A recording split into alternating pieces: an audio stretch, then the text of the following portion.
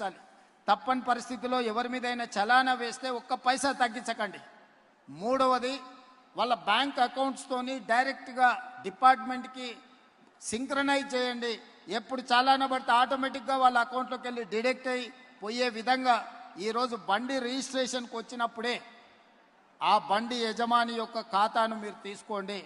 Bank అకౌంట్ను attach చేయండి. ఏ బండి అయితే స్పీడింగ్ చేస్తుందో, ఏ బండి అయితే సిగ్నల్ జంప్ చేస్తుందో, ఏ బండికి అయితే చలానా పడుతుందో ఆటోమేటిక్గా ఆ యజమాని అకౌంట్లో నుంచి నగదులు బదిలీ అయ్యే విధంగా మీరు ఈరోజు టెక్నాలజీని వాడుకోండి.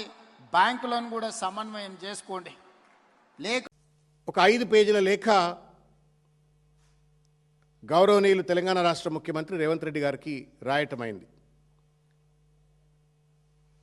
మీరు ఆటో డెబిట్ సిస్టమ్ ఏదైతే మీరు ప్రవేశపెట్టాలని ప్రయత్నం చేస్తూ ఉన్నారో అది పూర్తిగా కూడా రాజ్యాంగ విరుద్ధం, మోటార్ వెహికల్ యాక్ట్స్కు విరుద్ధం, రైట్ టు ప్రైవసీ యాక్ట్కు విరుద్ధం.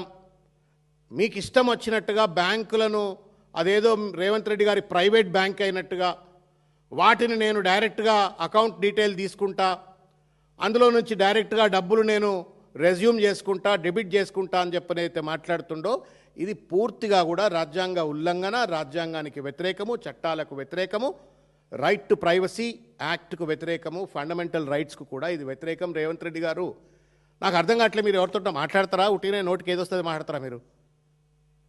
When you're talking, do you think or at least do you talk to somebody? ఏం మాట్లాడాలా, ఏం మాట్లాడొద్దు, ఏం పాలసీ ఎట్లా తయారు చేయాలా, ఓ కాన్సిక్వెన్షియల్ థింకింగ్ ఏమైనా ఆలోచిస్తారా లేదా? ఏది పడితే అది వచ్చేసి ఫట మాట్లాడేస్తారా? ఈ సినిమా ఇది బాలకృష్ణ సినిమా డైలాగ్, ఏదేమన్నా బాలకృష్ణ సినిమా డైలాగా సార్ ఇది? It's a government, it's a policy. A policy suppose to have the constitutional sanctity.